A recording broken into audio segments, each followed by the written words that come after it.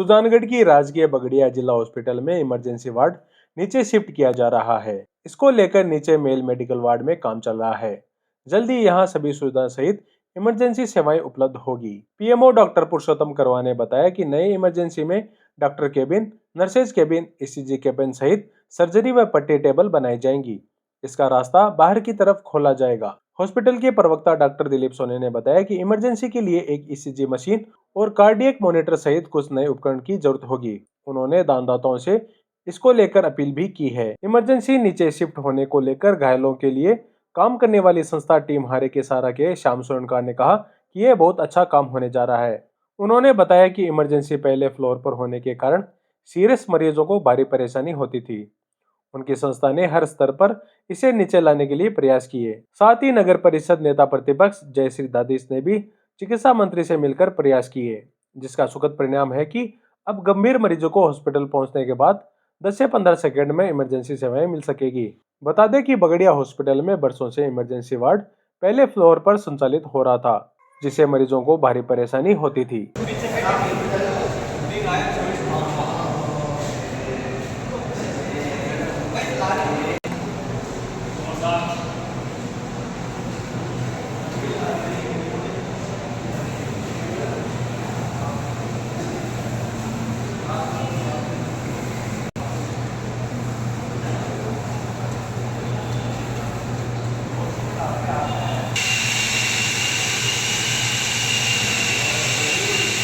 सरकार के जो निर्देश थे कि इमरजेंसी को नीचे संचालित करना है, तो उसकी अनुपालना में हमारा जो मेल मेडिकल वार्ड था उसको खाली करवाकर, उसकी साफ सफाई करवाकर वहाँ पर इमरजेंसी का कुछ करने का सोचा हुआ है सर।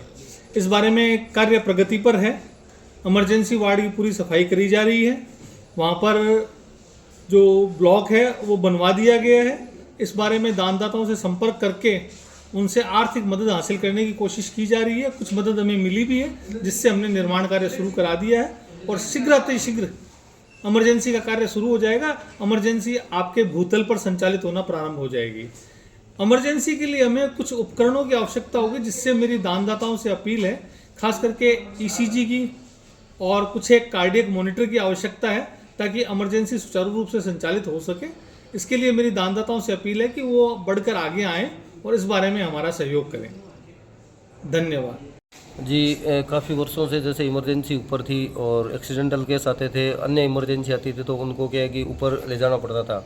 और दिन में तो कोई बात नहीं, ज़्यादा दिक्कत नहीं होती थी, लेकिन रात के समय जब एक दो ही उसके साथ होते थे परिजन, तो स्ट्रेचर ऊपर ले जाने में रैंप से बड़ी परेशानी होती थी। और ख़ास तौर पर जो टूटे फूटे केस आते हैं जैसे फ्रैक्चर वगैरह, उसमें बड़ी दिक्कत होती थी।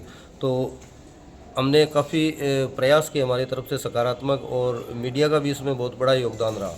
और हमारे जो नेता प्रतिपक्ष हैं जयश्री जी दादी, उन्होंने भी बहुत कोशिश करी, और मंत्री जी ने फिर इस बात पर विचार करते हुए इमरजेंसी को नीचे शिफ्ट करने का आदेश दिया। और इसमें फ़ायदा तो है ही है, लेकिन एक चीज़ मैं भी अपील करना चाहूँगा कि इमरजेंसी को नीचे लाने के लिए कुछ स्टाफ की भी हमें एक्स्ट्रा ज़रूरत होगी। और उसके अलावा सरकार अकेले सारा काम नहीं कर सकती, तो भामाशाह है उनको भी आगे आना होगा। और रही बात नीचे क्या है कि जैसे भीड़ होने की वो थोड़ी परेशानी रहेगी, तो उसके लिए हम सरकार से ये अपील करते हैं कि एक पुलिस चौकी की व्यवस्था यहाँ पे ज़रूर की जाए, ताकि जो हो हल्ला हो वो नहीं हो। और इमरजेंसी जो नीचे आएगी उसका पब्लिक को बहुत ज़्यादा फ़ायदा होगा, क्योंकि एक तो ऊपर जैसे कई बार इमरजेंसी के लिए इधर उधर देखना पड़ता था कि कई जो नए लोग होते थे उनको पता नहीं होता था, बाहर से आते थे कि इमरजेंसी कहाँ है, तो उसके लिए पब्लिक को सुविधा होगी। जिले की 200 से अधिक विद्यार्थी संख्या वाली सरकारी स्कूल व कॉलेजों में राजीव उपाध्याय सचिव श्री गांधी बाल निकेतन द्वारा भामाशाहों के सहयोग से इंटरैक्टिव बोर्ड लगवाने की परियोजना के तहत जिला कलेक्टर अभिषेक सुराणा के समक्ष हुए एमओयू की पालना शुरू हो गई है। इस संबंध में बाल निकेतन परिसर में गुरुवार दोपहर को आयोजित बैठक में विदासर तहसील की 20 चयनित सरकारी स्कूलों व कॉलेजों के संस्था प्रधानों में अपने अनुरोध पत्र प्रदान किए। इसके साथ ही विदासर देश का पहला ऐसा ब्लॉक बन गया है जिसके 200 से अधिक विद्यार्थी संख्या वाले सभी सरकारी शिक्षण संस्थानों में इंटरैक्टिव बोर्ड से पढ़ाई होगी। बैठक को संबोधित करते हुए भामाशाह प्रेरक राजीव उपाध्याय ने कहा, शिक्षाविद चंपालाल उपाध्याय द्वारा जीवन पर्यंत क्षेत्र के शैक्षिक विकास हेतु किए गए कार्यों को आगे बढ़ाने की दृष्टि से शुरू की गई इस परियोजना के तहत रतनगढ़, सुजानगढ़ एवं चूरू के चयनित विद्यालयों में भामाशाह के सहयोग से 3 करोड़ रुपए की 200 इंटरेक्टिव बोर्ड की स्थापना हो चुकी है। नवीनतम एमओयू के अनुसार परियोजना के अंतर्गत राजकीय महाविद्यालयों को इंटरेक्टिव बोर्ड उपलब्ध करवाने की शुरुआत भी आज हुई बैठक के माध्यम से कर दी गई है। विदासर में रतनगढ़ मूल के सूरत प्रवासी भामाशाह शुभकरण बेद द्वारा 35 लाख रुपए की लागत के 25 इंटरेक्टिव बोर्ड उपलब्ध करवाए जा रहे हैं। उपाध्याय ने कहा कि वंचित तहसीलों से जुड़े भामाशाह को आगे नहीं आने के कारण रतनगढ़ के उदार भामाशाहों को प्रेरित कर अन्य तहसीलों में भी बोर्ड लगवाए जा रहे हैं, जो अपने आप में विरला उदाहरण है।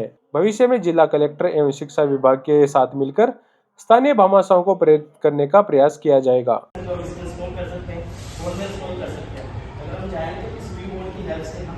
मोबाइल के ऊपर भी जिनका ऐप आता है, जो आपने इसमें स्टोर कर रखा है, मोबाइल का मोबाइल की ऐप से बच्चों तक आप सर्कुलेट कर सकते हैं। तो उसकी आईडी रहती है, वो साइन इन हो जाता है, उसमें पर्टिकुलर आपने जो काम करवाया वो इसमें आपके आईडी में सेव हो जाता है। तो इंडिविजुअल जैसे सर ने बताया कि क्लास को रोटेट कर सकते हैं। तो अगर जैसे मैं किसी क्लास में गया, मैंने क्या करा, वो मैंने मेरी आईडी से इसको ऑपरेट किया, तो लगता है आप यूज़ कर सकते हैं। जैसे फर्स्ट मैंने पिक अपने को हाईलाइट करना होता है, नोटिस टाइप वो 14, 16 जो भी रखना होता है, कोई अगर हाईलाइट करना है तो उसे बड़ा लिखना है या छोटा लिखना है, तो उसके लिए यहाँ से हम ऑपरेट कर सकते हैं। तो अगर आप साइज को डिक्रीज करेंगे तो इसका थिकनेस कम हो जाएगा, इंक्रीज करते तो बढ़ जाता है। ठीक है, ऑप्शन दे रखिए। अगर आपको होल कंटेंट इरेज करना है तो आप इस पर सर्किल करेंगे, हम इरेजर पर जाएंगे। पर्टिकुलर अगर आपको कोई लेकर इरेज करना है, जो मिस्टेक आपने किया, तो उसको आप इजीली इरेजर की हेल्प से हो जाएगा। डिलीट ऑप्शन भामाशाहों के साथ साथ भाई श्री राजीव जी का, कुलदीप जी का भी अंतर्मन के अनंत गहराइयों से बहुत बहुत धन्यवाद, आभार कि आप लोगों ने हमारे निवेदन पर ध्यान दिया। और अपने संस्था प्रधानों की तरफ से मैं आपको आश्वस्त करना चाहता हूँ कि इसका जितना भरपूर उपयोग हो सकता है, अधिकतम उपयोग सुनिश्चित हम करेंगे। और आप भी जब कभी बताएंगे दर्शन तो जरूर। सोनादेवी सेठिया स्नातकोत्तर कन्या महाविद्यालय में आज IQC सेल व दर्शन शास्त्र विभाग के तत्वाधान में विश्व दर्शन शास्त्र दिवस के अवसर पर समग्रता एवं भविष्य के लिए दर्शन विषय पर व्याख्यान का आयोजन किया गया। कार्यक्रम की अध्यक्षता प्राचार्य डॉक्टर साधना सिंह व मुख्य अतिथि प्रोफेसर अनंत प्रकाश त्रिपाठी, विभागाध्यक्ष जोनोलॉजी एवं comparative religion and philosophy, Jain विश्व भारती विश्वविद्यालय लाडनू थे। कार्यक्रम की शुरुआत गणेश वंदना, सरस्वती वंदना से की गई। मुख्य अतिथि को पुष्पगुच्छ प्राचार्य डॉक्टर साधना सिंह व स्मृति चिन्ह उपाचार्य डॉक्टर जयश्री सेठिया ने भेंट कर स्वागत किया। उपाचार्य डॉक्टर जयश्री सेठिया ने स्वागत भाषण के दौरान प्रोफेसर त्रिपाठी के व्यक्तित्व और कृतित्व और उनके साहित्यिक योगदान को रेखांकित किया। कार्यक्रम संयोजक डॉक्टर मेघना सोनी ने शिक्षा में दर्शन का महत्व और भारतीय दर्शन पर प्रकाश डाला। राधिका शर्मा सहायक आचार्य EAFM ने भारतीय दर्शन की व्यावसायिक अध्ययन व प्रबंधन में योगदान पर अपने विचार प्रस्तुत किए। वनस्पति विज्ञान की सहायक आचार्य दीपाली प्रजापति ने विज्ञान की विभिन्न शाखाओं का दर्शन शास्त्र से संबंध के बारे में अपने विचार प्रस्तुत किए। ये सवाल जो अस्तित्व, तर्क, ज्ञान, मूल्य, मन तथा भाषा से जुड़े होते हैं, वास्तव में दर्शन शास्त्र वास्तविकता के मौलिक सत्य को तर्कबद्ध रूप से समझने और व्याख्या करने का प्रयास करता है, जैसे कहा जाता है। अब इसकी कोई सटीक परिभाषा तो नहीं दी जा सकती, लेकिन मेरे ख्याल से यह गलतफहमियों की एक श्रृंखला को दूर करने के लिए उपयोगी है। दर्शन शास्त्र का अभ्यास करने का मतलब ऊंचे ऊंचे स्तरों पर अस्पष्ट सिद्धांतों को विकसित करना नहीं है, ना ही। अब मैं अपना विषय व्यवसायिक प्रबंध में दर्शन की भूमिका पे आपको प्रबंध का जो अर्थ है वो बताना चाहूँगी। व्यक्तियों प्रबंध का सामान्य अर्थ व्यक्ति में सामान्य लक्ष्यों की प्राप्ति के लिए मानवीय प्रयासों का नियोजन करना है। यह भौतिक एवं मानवीय संसाधनों के कुशलतम उपयोग द्वारा उचित निर्णय एवं